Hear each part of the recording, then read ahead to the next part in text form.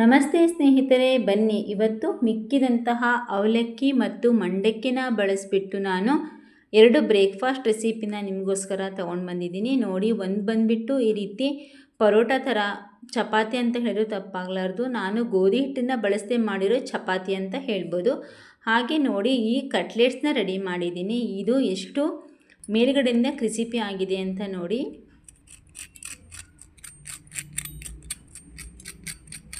ನೋಡಿ, ಇದು ಮೇಲ್ಗಡೆ ಎಷ್ಟು ಕ್ರಿಸಿಪಿ ಆಗಿದೆ, ಎಷ್ಟು ಚೆನ್ನಾಗಿದೆ ನಿಮಗೆ ಗೊತ್ತಾಗ್ತಾ ಇದೆ ಅಲ್ವಾ? ಸೌಂಡಲ್ಲೇ ಗೊತ್ತಾಗ್ಬಿಡ್ತಾ ಇದೆ. ಅದೇ ರೀತಿ ಒಳಗಡೆನೂ ಕೂಡ ಇದು ತುಂಬ ಸಾಫ್ಟಾಗಿ ಬಂದಿದೆ. ಇಷ್ಟು ಸ್ಮೂತಾಗಿ ಬಂದಿದೆ ಅಂತ ನೋಡಿ. ನಿಮಗೆ ಒಳಗಡೆನೂ ಕೂಡ ಇದು ತುಂಬ ಚೆನ್ನಾಗಿ ಬಂದುಬಿಟ್ಟಿದೆ.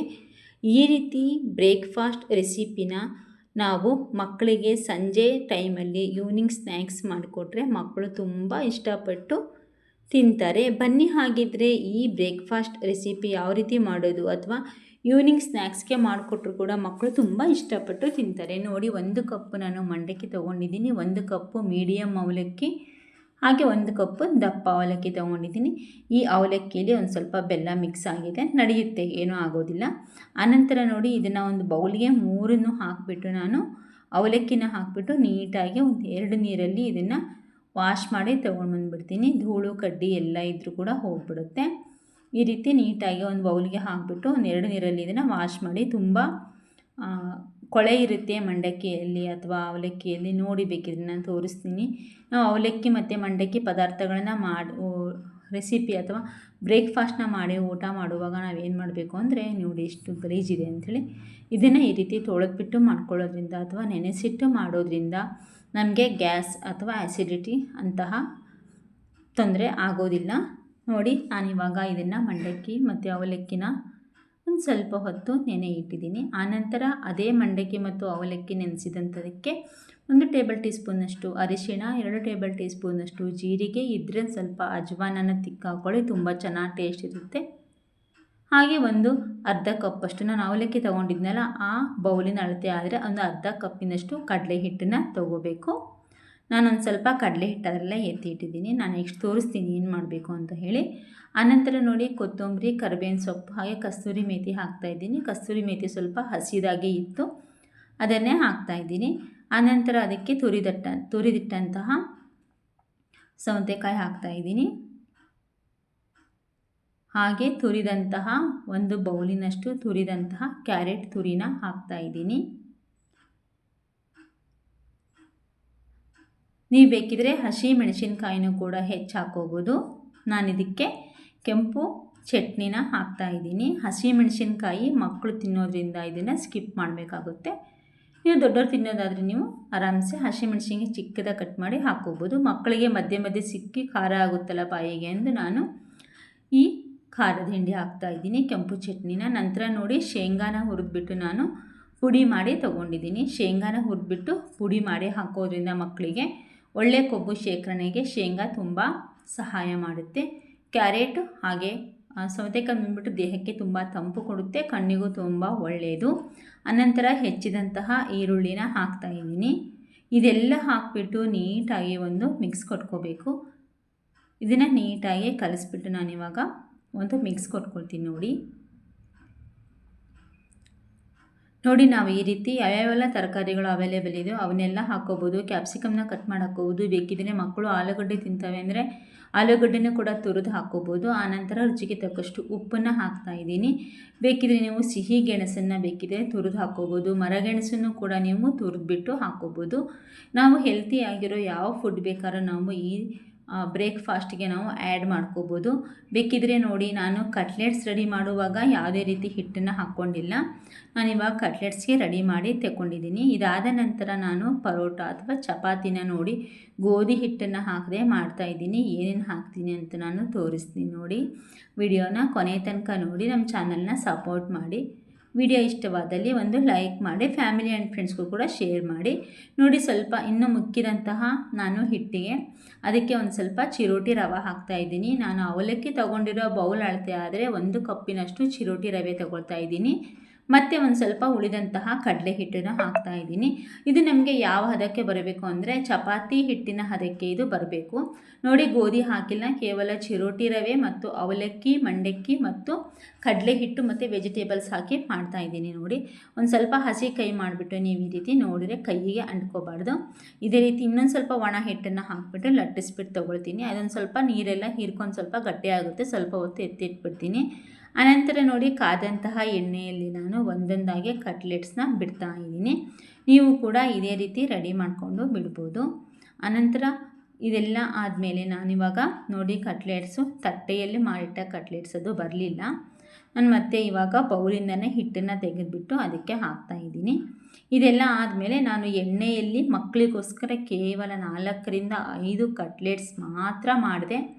ನನ್ನ ದೊಡ್ಡ ಮಗ 2 ತಿಂದ, ಸಣ್ಣ ಮಗ 2 ತಿಂದ, ಇನ್ನೊಂದು ಮಿಕ್ಕಿದ್ದು ಹಸ್ಬೆಂಡ್ ತಿಂದರು. ಇಷ್ಟೇ ನೋಡಿ, ನಾನು ಜಾಸ್ತಿ ಎಣ್ಣೆಯಲ್ಲಿ ಕರೆದಿರೋ ಪದಾರ್ಥಗಳನ್ನು ಬುಟ್ಟಿ ತುಂಬ ಮಾಡಿದರೆ ಮಕ್ಕಳು ಅದನ್ನೇ ತಿಂದು ಆರೋಗ್ಯನ ಹಾಳು ಮಾಡ್ಕೊಳ್ತಾರೆ.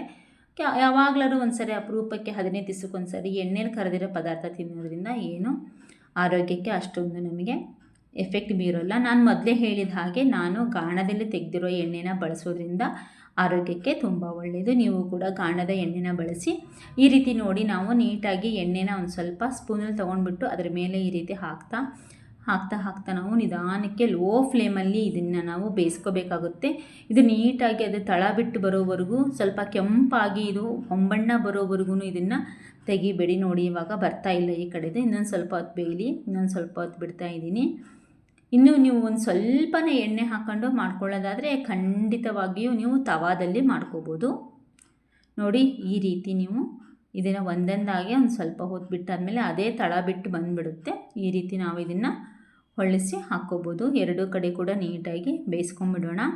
ಈ ರೀತಿ ಲೋ ಫ್ಲೇಮಲ್ಲಿ ಇಟ್ಕೊಂಡು ನಾವು ಬೇಯಿಸ್ಕೊಳ್ಳೋದ್ರಿಂದ ಇದು ತುಂಬ ಗರಿಗರಿಯಾಗಿ ಬರಲಿಕ್ಕೆ ತುಂಬ ಸಹಾಯ ಆಗುತ್ತೆ. ನೋಡಿ ಎಷ್ಟು ಚೆನ್ನಾಗಿ ಬಂದಿದೆ ಅಂಥೇಳಿ, ಎಷ್ಟು ಚೆನ್ನಾಗಿ ಕಲರ್ ಬಿಟ್ಟಿದೆ ಅಂತ ಹೇಳಿ.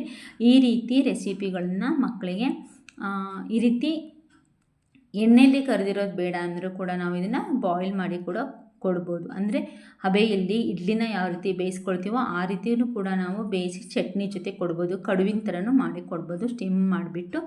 ಇದೇ ಥರ ನಾನು ಸ್ಟಿಮ್ಮಲ್ಲಿ ಬೇಯಿಸಿದಂತಹ ರೆಸಿಪಿನ ಮೊನ್ನೆ ವಿಡಿಯೋದಲ್ಲಿ ಹಾಕಿದ್ದೀನಿ. ನೀವು ಬೇಕಿದ್ರೆ ಈ ವಿಡಿಯೋ ಜೊತೆಗೆ ನಾನು ಲಿಂಕ್ ಹಾಕಿರ್ತೀನಿ. ಹಾಗೆ ಎಂಡ್ ಸ್ಕ್ರೀನು ಐ ಕಾರ್ಡಲ್ಲೂ ಕೂಡ ಆ ಜೋಳದ ಹಿಟ್ಟಿನಿಂದ ಮಾಡಿದಂತಹ ಕಡುಬು, ಹೆಸರು ಕಾಳು ಮತ್ತು ಜೋಳದ ಹಿಟ್ಟಿನಿಂದ ಮಾಡಿದಂತಹ ಕಡುಬಿನ ರೆಸಿಪಿನ ಶೇರ್ ಮಾಡಿದ್ದೀನಿ.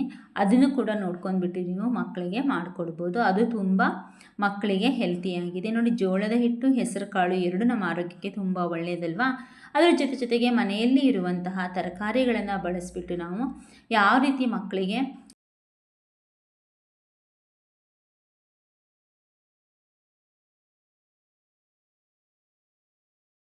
ಆಕರ್ಷಿತವಾಗಿ ಕಾಣೋ ಥರ ಮಾಡಿ ತೋರಿಸಿದ್ದೀನಿ ವಿಡಿಯೋದಲ್ಲಿ. ನೋಡಿದ ತಕ್ಷಣ ಮಕ್ಕಳಿಗೆ ತಿನ್ನಬೇಕು ಅಂತ ಆಸೆ ಬರಬೇಕು, ಆ ರೀತಿ ಒಂದು ರೆಸಿಪಿನ ಮಾಡಿ ಹಾಕಿದ್ದೀನಿ. ಈ ವಿಡಿಯೋ ಎಂಡ್ ಸ್ಕ್ರೀನಲ್ಲಿ ಆ ವಿಡಿಯೋ ಲಿಂಕ್ ಹಾಕಿರ್ತೀನಿ, ನೀವು ಹೋಗಿ ಚೆಕ್ ಮಾಡ್ಕೊಳ್ಳಿ. ನೋಡಿ, ಎರಡು ಕಡೆ ನೀಟಾಗಿ ನಮಗೆ ಇವಾಗ ಕಟ್ಲೆಟ್ಸು ರೆಡಿಯಾಗಿ ಬಂದುಬಿಡ್ತು. ನೀಟಾಗಿ ಇದನ್ನು ಒಂದು ಸ್ವಲ್ಪ ಬೇಯಿಸ್ಕೊಂಡ್ಬಿಡಿ ಕಡಿಮೆ ಉರಿನಲ್ಲಿ. ಮುಗೀತು ಇವಾಗ ಇದು. ನೆಕ್ಸ್ಟ್ ಬಂದುಬಿಟ್ಟು ನಾನು ಚಪಾತಿ ಅಥವಾ ಪರೋಟಾನ ರೆಸಿಪಿನ ಯಾವ ರೀತಿ ಮಾಡೋದು ಅಂತ ಹೇಳಿ ತೋರಿಸ್ತೀನಿ. ಸ್ವಲ್ಪ ಮಕ್ಕಳಿಗೆ ಚೆನ್ನಾಗಿ ಕಾಣಿಸ್ತೆ ಅಂತ ಹೇಳಿ ನಾನು ಸ್ವಲ್ಪ ತುಪ್ಪದಲ್ಲಿ ಸಾಸಿವೆ, ಜೀರಿಗೆ ಮತ್ತು ಕರಿಬೇವಿನ ಸೊಪ್ಪು, ಕೊತ್ತಂಬರಿ ಸೊಪ್ಪನ್ನು ಹಾಕಿಬಿಟ್ಟು ಅದನ್ನು ಒಗ್ಗರಣೆ ಕೊಟ್ಟು ಅಲಂಕಾರಕ್ಕೆ ಹಾಕಿದ್ದೀನಿ.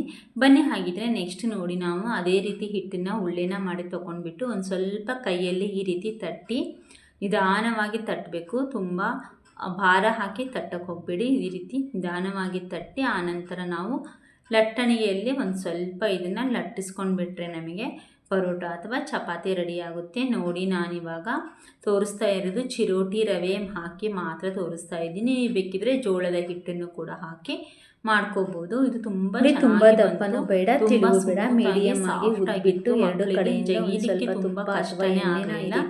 ಅಷ್ಟು ಚೆನ್ನಾಗಿ ಮಕ್ಕಳು ಇಷ್ಟಪಟ್ಟು ಮಕ್ಕಳಿಗೆ ಒಂದ್ಸಲಿ ಈ ರೆಸಿಪಿನ ಟ್ರೈ ಮಾಡಿ ನೋಡಿ. ಜೋಳ ಹಾಕಿಬಿಟ್ಟು ಮಾಡ್ಕೊಳ್ಳಿ.